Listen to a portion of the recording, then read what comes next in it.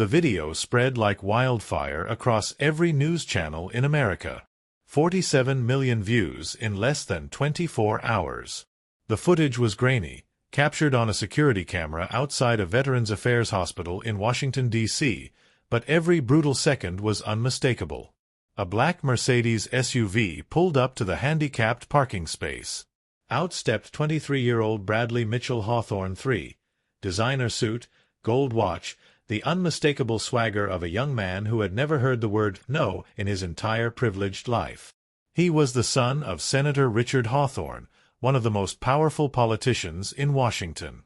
And he was about to commit an act that would shake the nation. "Hey, young man," a voice called out from behind him. "That's a handicapped spot. You can't park there." The voice belonged to Colonel James Edward Patterson, 81 years old, a decorated Vietnam War veteran who had served 3 tours and earned 2 Purple Hearts. He walked with a cane now, shrapnel still lodged near his spine from 1968. He had come to the VA hospital for his weekly physical therapy appointment, the same appointment he'd kept faithfully for 12 years. Colonel Patterson was beloved in his community. He volunteered at the local church, mentored troubled youth, and every 4th of July, he led the town's parade in his old uniform, medals gleaming on his chest. Children called him Grandpa Jim.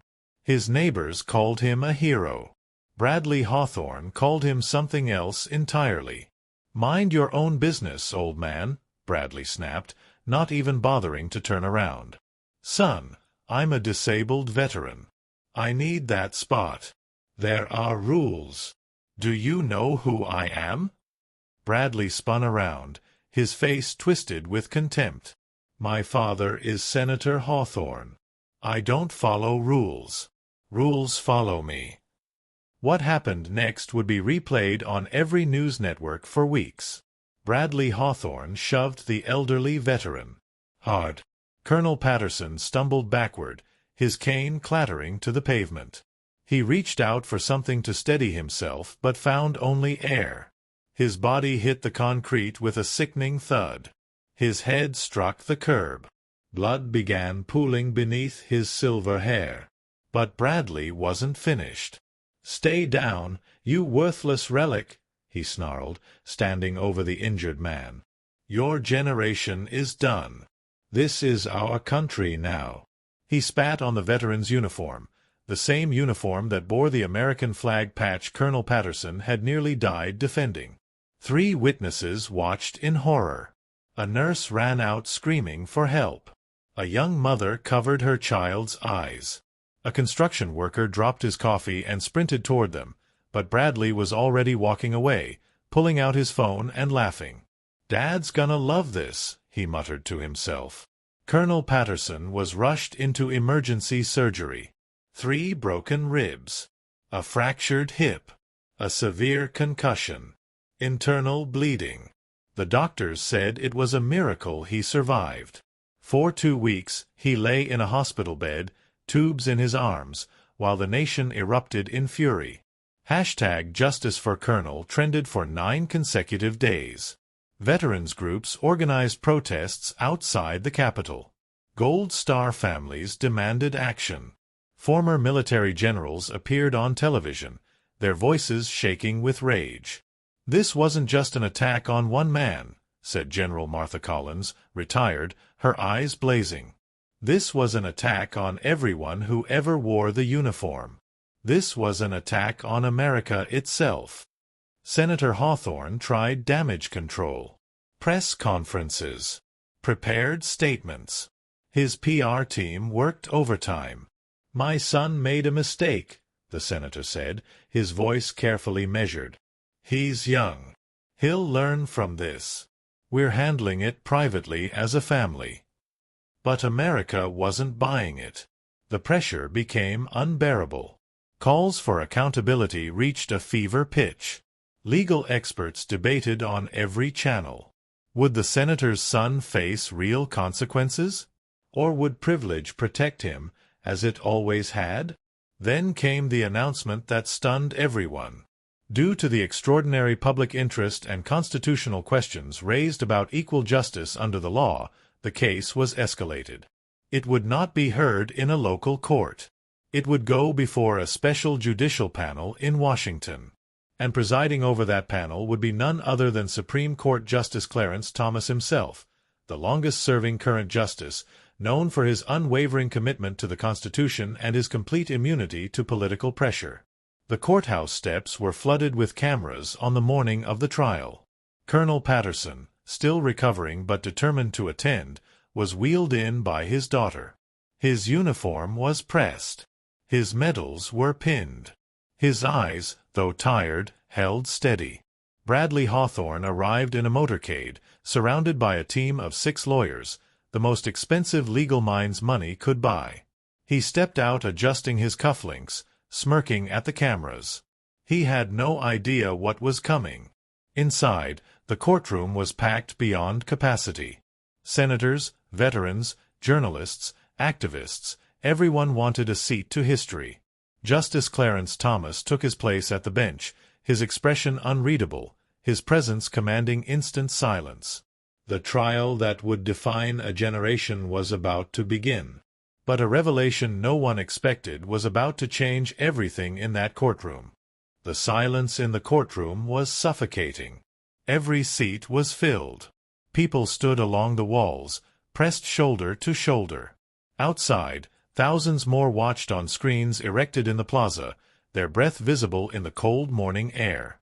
Across America, an estimated 60 million people had tuned in live, the highest viewership for a legal proceeding since the O.J. Simpson trial.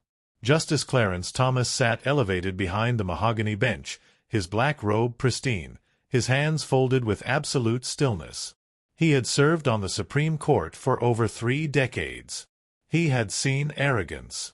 He had seen power. He had seen men who believed themselves untouchable. He had never been impressed. "This court will come to order," he announced, his deep baritone filling every corner of the room. "We are here today to address charges of aggravated assault, elder abuse, and hate crimes against a disabled veteran of the United States Armed Forces. The defendant is Bradley Mitchell Hawthorne III." At the defense table, Bradley sat flanked by his legal team, 7 attorneys now, including a former U.S. Attorney General. His posture was relaxed. Too relaxed. He leaned back in his chair, one ankle crossed over his knee, examining his manicured nails as though this were a minor inconvenience in his busy schedule. His father, Senator Hawthorne, was nowhere to be seen in the courtroom. Many assumed he was too ashamed to attend. Others suspected political calculation, distance himself from the fallout. "Mr. Hawthorne," Justice Thomas said, his eyes fixed on the young man, "do you understand the charges against you?" Bradley glanced at his lead attorney, who nodded. "Yeah, I understand," Bradley said, barely concealing a smirk. "I understand this whole thing is a political circus." A murmur rippled through the gallery. Justice Thomas did not blink. "You will address this court with respect," he said, his voice dropping lower. "You will stand when you speak, and you will refer to me as Your Honor. Is that clear?" For a moment, just a moment, something flickered in Bradley's eyes. Uncertainty, perhaps. But it vanished quickly, replaced by that familiar arrogance. He stood slowly, deliberately, making a show of adjusting his suit jacket. Crystal clear. "Your Honor." The prosecution presented its case methodically. The security footage was played. The gasps from the gallery were audible. Even those who had seen it before felt the impact anew. Colonel Patterson's frail body hitting the concrete. Bradley's contemptuous words. The spit landing on the American flag patch. Medical reports were entered into evidence. Photographs of the injuries. Testimony from the witnesses, the nurse, the mother, the construction worker. When it was the defense's turn, Bradley's attorneys attempted every strategy in the book. They questioned the camera angle. They suggested Colonel Patterson had been confrontational. They argued their client had acted in perceived self-defense. Justice Thomas listened without expression. Then Bradley himself took the stand. "Mr. Hawthorne," the prosecutor began, "do you feel any remorse for what you did to Colonel Patterson?" Bradley sighed dramatically. "Look, the old guy got in my face. I reacted. Maybe I pushed a little too hard. But come on, he's, what, 80-something? He should have known better than to confront someone like me." "Someone like you?" the prosecutor repeated. "What does that mean?" "You know what it means." Bradley's voice dripped with condescension. "My father is Senator Richard Hawthorne. I grew up in rooms where decisions that shape this country are made. I'm not some random person you can just lecture about parking spaces." The gallery erupted. Justice Thomas struck his gavel once, a single, thunderous crack. "Order." The prosecutor pressed forward. "Mr. Hawthorne, Colonel Patterson served 3 combat tours in Vietnam. He has 2 Purple Hearts. He has dedicated his life to this country. Do you believe your father's political position makes you more valuable than his sacrifice?" Bradley actually laughed. "Sacrifice? Please. That war ended 50 years ago.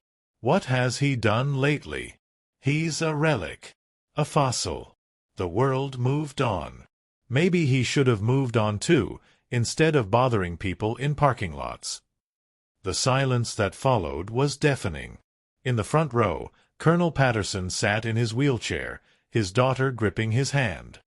His face remained stoic, but those who knew him could see the pain in his eyes, not from his injuries, but from the cruelty of the words. Justice Thomas leaned forward slightly. "Mr. Hawthorne, this court has shown you patience. That patience is not unlimited. You will conduct yourself with decorum, or you will face contempt charges in addition to your current situation." "Do I make myself clear?" Bradley opened his mouth to respond, but one of his attorneys grabbed his arm, pulling him back. "We request a brief recess, Your Honor," the lead attorney said quickly. "Denied." Justice Thomas's voice was ice. "The victim will now give his statement." Colonel Patterson's daughter wheeled him to the front of the courtroom. With great effort, the old soldier gripped the arms of his wheelchair and slowly, painfully, rose to his feet. The entire gallery stood with him. "Please," he said, his voice weak but steady. "Sit down. I don't need anyone to stand for me. I just need to say my piece." He turned to face Bradley, who had returned to the defense table. "Son," Colonel Patterson began, "I've seen a lot in my 81 years. I've seen boys become men in the jungles of Vietnam. I've held friends while they died, their blood soaking into my uniform. I've been shot, stabbed, and left for dead. And through all of it, I never once lost faith in this country." His voice cracked slightly, but he pressed on. "When you pushed me down, when you stood over me and called me worthless, when you spat on this flag that my brothers died for, I'll admit, for a moment, I felt something I hadn't felt since the war." He paused. Despair. The courtroom was absolutely silent. Somewhere, a woman was quietly weeping. "But then I remembered something my commanding officer told me in 1967. He said, 'Patterson, the measure of a nation isn't in its strongest citizens. It's in how it treats its weakest. And the measure of a man isn't in his victories, it's in how he faces his defeats.'" Colonel Patterson looked directly at Bradley. "You think you won that day in the parking lot. But you didn't win anything. You lost something far more valuable than you understand. You lost your honor. And I pray, I genuinely pray, that someday you find it again." He lowered himself back into his wheelchair, exhausted but unbowed. Justice Thomas watched the old soldier with something that might have been respect. "Thank you, Colonel," he said quietly. "This court honors your service and your dignity." He turned his gaze to Bradley Hawthorne, and his expression hardened. Ultra-realistic split-screen YouTube thumbnail style. Left side, a young man in his 20s sitting in a courtroom, wearing an expensive tailored suit, stylish haircut, dark sunglasses, smirking with arrogance, slightly leaning back in his chair, pointing his finger toward the judge. Confident and entitled expression. Warm, dramatic lighting. Background, blurred courtroom setting with people watching. Right side, Justice Clarence Thomas sitting at the judge's bench, calm and serious expression, wearing black judicial robe and glasses, slightly turned toward the young man. Strong posture, composed demeanor. Background, realistic courtroom with American flag and wood details. Cool, cinematic lighting with shadows enhancing depth. Sharp detail, vivid colors, strong light contrast, clean background separation between both sides, no text, 16:9 horizontal layout, perfect for YouTube thumbnails or story visuals. The courtroom fell into stunned silence. Senator Richard Hawthorne. No, not Senator Hawthorne. The man in the doorway wore no politician's suit. No silk tie. No American flag pin carefully positioned for cameras. He wore the dress uniform of the United States Marshal Service, complete with the gold star badge that marked him as a former director, a position he had held for 8 years before entering politics. A position almost no one remembered. Director Richard Hawthorne had been one of the most respected law enforcement officials in American history. He had personally led the task force that dismantled 3 major crime syndicates. He had been shot twice in the line of duty. He had earned the Medal of Valor. And then he had traded it all for power. He walked down the center aisle slowly, his boots echoing against the marble floor. Every camera in the room tracked his movement. Every eye followed him. His face was carved from stone, betraying nothing, but those who looked closely could see the slight tremor in his hands. "Your Honor," he said, his voice carrying the weight of decades, "I request permission to address the court." Justice Thomas studied him for a long moment. The two men had met before, years ago, at a judicial conference. They had disagreed on almost everything political. But there had always been mutual respect. "Director Hawthorne," Justice Thomas said, deliberately using the old title. "This is highly irregular. I understand, Your Honor. But I believe my testimony is relevant to these proceedings. And to the sentencing." Bradley was on his feet. "Dad, what are you doing? Why are you here? You said you weren't coming. You said the lawyers would handle everything." The senator, the director, didn't look at his son. "Sit down, Bradley." "But—" "I said sit down." The command in his voice was absolute. Bradley sank back into his chair, his confident facade finally cracking. Justice Thomas nodded slowly. "You may approach, Director Hawthorne." Richard Hawthorne walked to the witness stand. He placed his hand on the Bible, took the oath, and sat down heavily, as though the weight of the moment was physically crushing him. "Your Honor," he began, "ladies and gentlemen of the court, I came here today not as a senator. I came as the man I used to be, the man I should have remained." He removed something from his pocket, a worn photograph.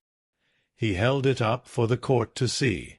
"This is me, 35 years ago, on my first day as a marshal. I was 26 years old.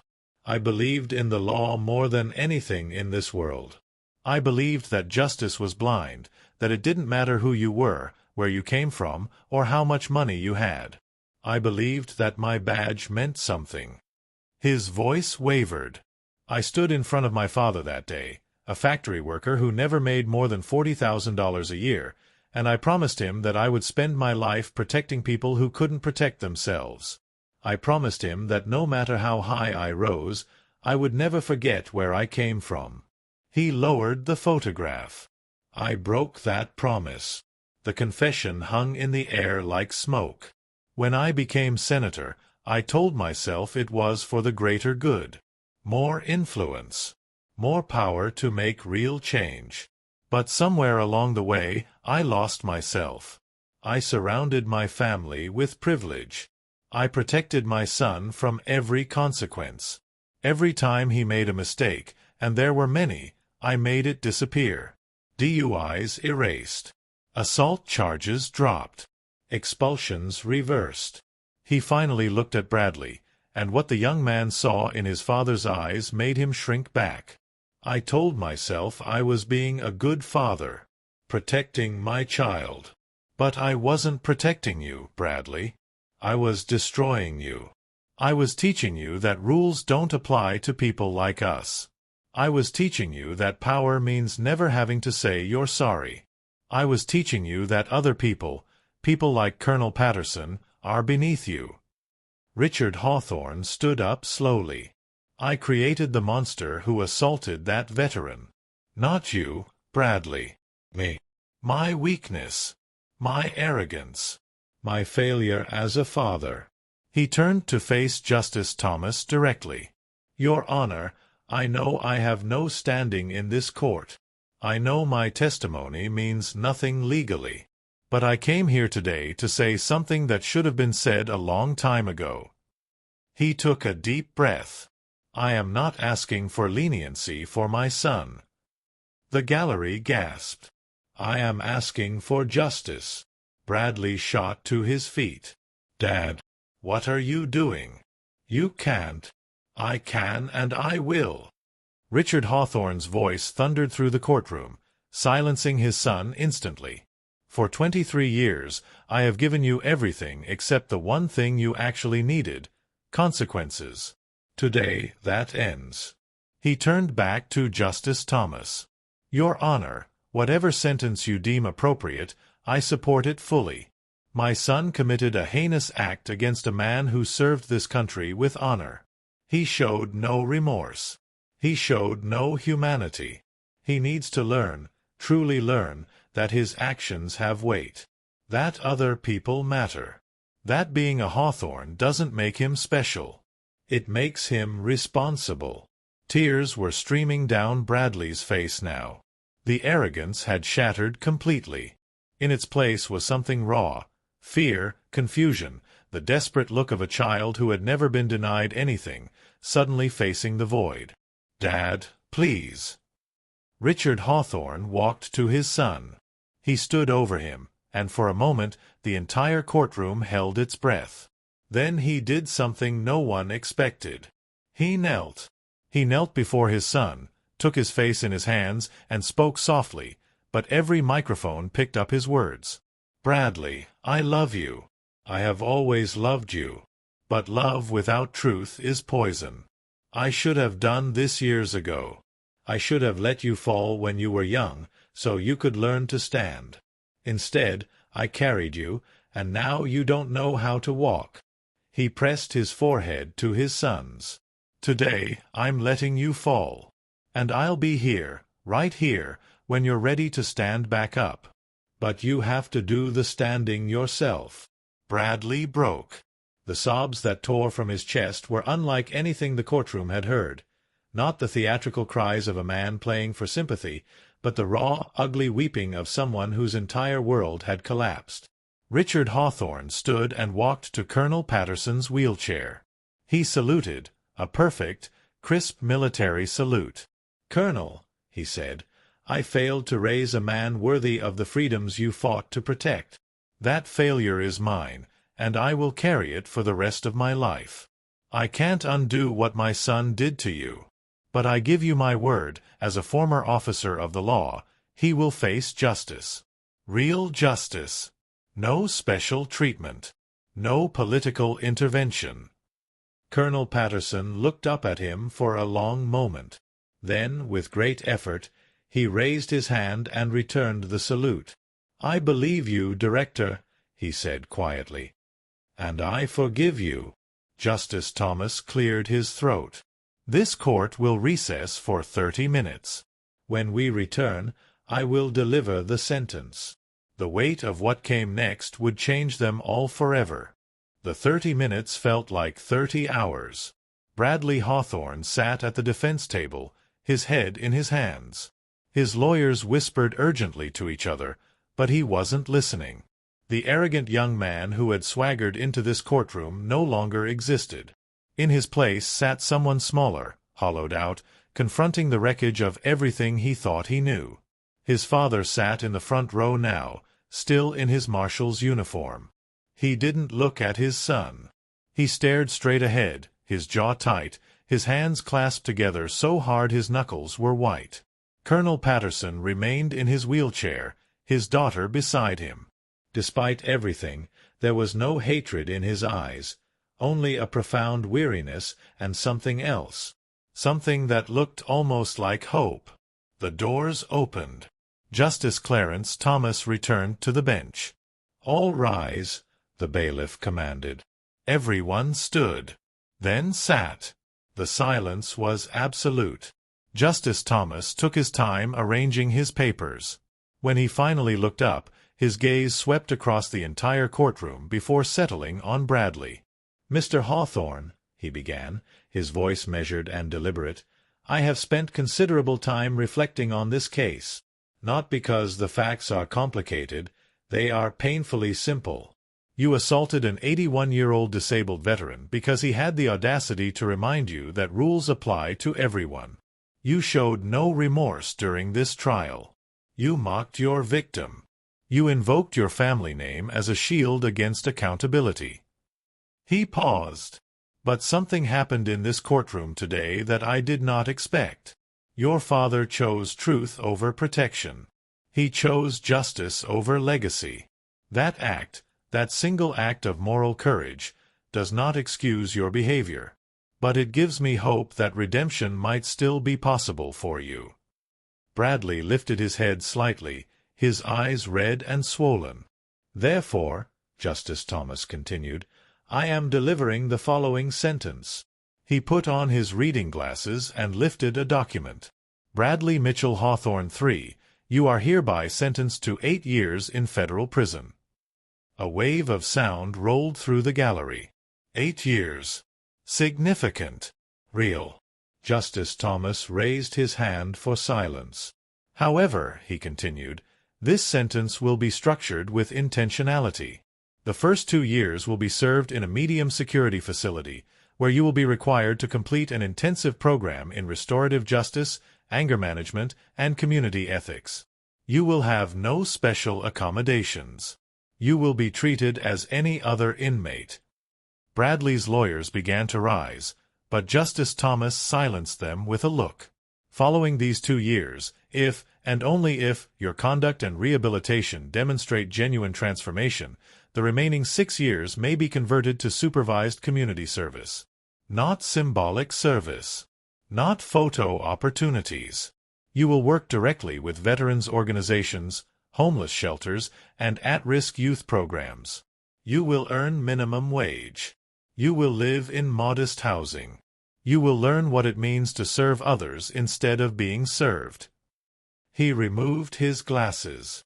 "Additionally, you are hereby ordered to pay full restitution for Colonel Patterson's medical expenses, ongoing care, and pain and suffering, the total of which amounts to $2.3 million. This will come from your personal trust fund, not your father's accounts. You will feel the cost." Justice Thomas leaned forward. "Mr. Hawthorne, I want you to understand something. This sentence is not designed to destroy you. It is designed to rebuild you. Somewhere inside you, there may still be a decent human being, someone your father and mother hoped you would become. The next 8 years will determine whether that person emerges or whether you remain what you showed us in that parking lot." He turned to Colonel Patterson. "Colonel, do you wish to address the court before I conclude?" With his daughter's help, Colonel Patterson rose once more. His hands trembled on his cane, but his voice was steady. "Your Honor, I want to thank you for taking this case seriously, for treating me like my life matters, because for a while there, after what happened, I wasn't sure it did anymore."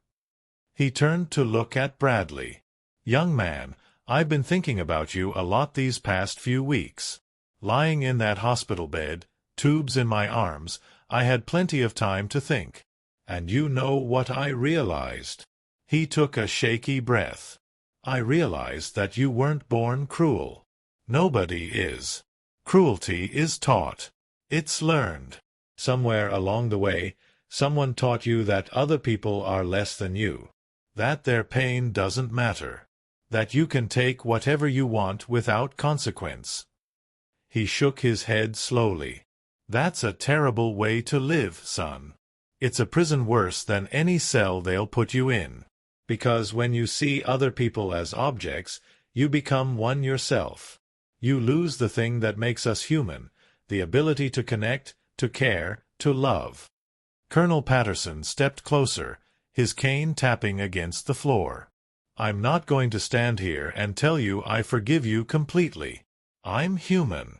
I'm hurt. I still wake up at night feeling the concrete against my skull. But I want you to know something important. He extended his weathered hand toward Bradley. I'm choosing to hope for you. I'm choosing to believe that the man who sobbed in this courtroom today, that broken, scared young man, is the real Bradley Hawthorne. And I'm choosing to believe that 8 years from now, when you've done the work, when you've felt what it means to serve instead of take, you'll be someone worth knowing. Bradley stared at the extended hand. His whole body shook. Slowly, he stood. Slowly, he reached out. Their hands met. I'm sorry, Bradley whispered, and for the first time, the words sounded real. I'm so sorry. Colonel Patterson nodded once. Prove it. Not to me. To yourself. He released Bradley's hand and returned to his wheelchair. Richard Hawthorne rose from his seat. Justice Thomas allowed him to approach his son one final time before the bailiffs took him away. Father and son stood face to face. I'll visit you, Richard said quietly, every week. But I won't rescue you. Not this time. I know. Bradley's voice cracked. Dad, I don't know who I am anymore. Richard placed his hand on his son's shoulder. Then you finally have a chance to find out. That's a gift, Bradley. A painful one, but a gift. Don't waste it. The bailiffs stepped forward. Bradley held out his wrists for the handcuffs. As they led him toward the side door, he stopped, turned. Colonel Patterson? The old soldier looked up. When I get out, if you'll let me, I'd like to buy you a coffee. Hear your stories. Learn what it means to serve. Colonel Patterson smiled, the first smile anyone had seen from him since the assault. I'll hold you to that, son. The door closed. Epilogue, 18 months later. The morning sun cast long shadows across the lawn of the Veterans Memorial Center in Arlington, Virginia. A young man in work boots and a plain gray T-shirt pushed a wheelbarrow full of mulch toward the memorial garden. His hair was shorter now, his frame leaner. The softness of privilege had been replaced by the calluses of labor. Bradley Hawthorne, though most people here knew him only as Brad, had been working at the center for 4 months, ever since completing his initial prison term with exemplary behavior. His conversion to community service had been approved, and he'd requested this assignment specifically. Brad, over here. An elderly man in a Vietnam veteran's cap waved from a bench near the rose bushes. These beds aren't gonna mulch themselves. Coming, Mr. Rodriguez. Bradley jogged over with the wheelbarrow. Every day was the same. Manual labor in the morning. Reading programs with elderly veterans in the afternoon. Counseling sessions twice a week. Monthly letters to Colonel Patterson, who had become something like a distant mentor. No cameras followed him anymore. No reporters. His father's political career had survived, barely, but Richard Hawthorne had resigned from the Senate to return to law enforcement training, teaching ethics at the Marshall Academy. They spoke every Sunday night. Real conversations now, not the hollow exchanges of before. You know, Mr. Rodriguez said, watching Bradley spread the mulch with practiced efficiency, when they told us some senator's kid was coming here as part of his sentence, we all figured you'd be useless. Another rich boy playing at humility until the cameras showed up. Bradley kept working. What changed your mind? Third week. When you cleaned up Henderson's accident without anyone asking. When you sat with him afterward and talked about his granddaughter's wedding, even though he didn't remember telling you the same stories 20 times before. That's when I knew. Mr. Rodriguez tapped his cane against the bench. You're not pretending anymore, are you, son? Bradley stopped. Looked up at the old soldier. No, sir. I'm not. Good. Because pretending is exhausting. Being real is hard too, but at least it means something. That evening, Bradley sat in his small apartment, 400 square feet, furnished from thrift stores, a condition of his supervised release. On his desk was a letter he'd been writing for 3 days. Dear Colonel Patterson, you asked me in your last letter what I've learned. I've been trying to figure out how to answer that. I think the biggest thing is this. I used to believe that worth came from what you had, money, name, connections. Now I know that worth comes from what you give. And what you give isn't valuable because of how much it costs. It's valuable because of how much of yourself is in it. Yesterday, I helped a 94-year-old Korean War veteran write a letter to his estranged daughter. He hadn't spoken to her in 20 years. He cried when we finished it. And I realized, that moment, that single moment, mattered more than anything I ever bought with my father's money. I'm not fixed. I'm still angry sometimes, at myself, mostly, for who I was. I still have nightmares about what I did to you. I probably always will. But I'm trying. Every day, I'm trying. You told me once that the measure of a man isn't in his victories, but in how he faces his defeats. I think I'm finally starting to understand what that means. When my service is complete, I'm not going back to my old life. I'm applying to social work programs. I want to spend the rest of my life helping people, especially the ones society tells to stay down. I know I can never undo what I did. But maybe I can spend the rest of my life trying to balance the scales. Thank you for not giving up on me. Respectfully, Bradley. He sealed the envelope and placed it on the stack of outgoing mail. Outside his window, the sun was setting over Arlington. Somewhere in the distance, a flag was being lowered at a military cemetery, accompanied by the haunting notes of taps. Bradley stood at the window and listened until the last note faded. Then he turned off the light and prepared for another day of becoming someone worth being.